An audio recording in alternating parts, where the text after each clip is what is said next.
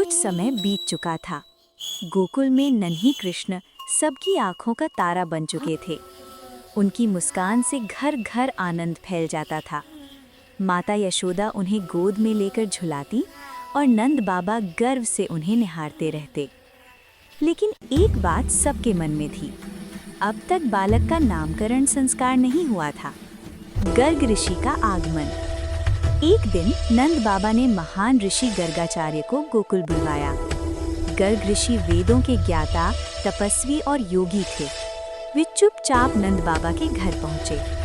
नंद बाबा ने विनम्रता से कहा, मुनिवर, कृपया मेरे पुत्र का नामकरण संस्कार करें।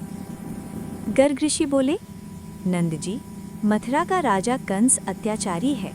यदि उसे पता चला कि आपके यहाँ वसुदेव का पुत्र पल रहा है तो वो संकट खड़ा कर देगा। नंद बाबा बोले, तो यह संस्कार गुप्त रूप से कर दीजिए।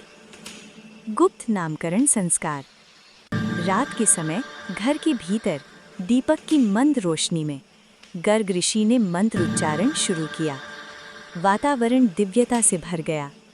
माता यशोदा श्रद्धा से सिर झुकाए खड़ी। गर्ग ऋषि ने कहा, ये बालक पूर्व जन्म में वासुदेव का पुत्र था, इसलिए इसका नाम वासुदेव भी होगा।